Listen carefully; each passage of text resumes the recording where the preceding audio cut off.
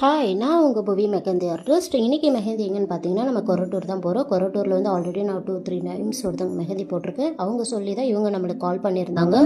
அவங்க 8 o'clock கால் பண்ணி எனக்கு உடனே வந்து போட்டு கொடுக்க முடியுமான்னு கேட்டிருந்தாங்க. சரி ஓகேன்னு நாங்கள் கிளம்பிட்டோம். நெக்ஸ்ட் ஒரு குட்டி பாப்பாக்கு தான் போட சொல்லியிருந்தாங்க. அந்த கேப்பில் வந்து பார்த்திங்கன்னா பாப்பா தூங்கிட்டா. அவளுக்கு போட்டு முடிக்கிறதுன்னு பெரிய டாஸ்க்காக இருந்துச்சு. நடுவில் எழுந்திரிச்சு ரிவ்யூலாம் கொடுத்துருந்தாங்க மேடம். நல்லா இருக்கு, தேங்க்யூ.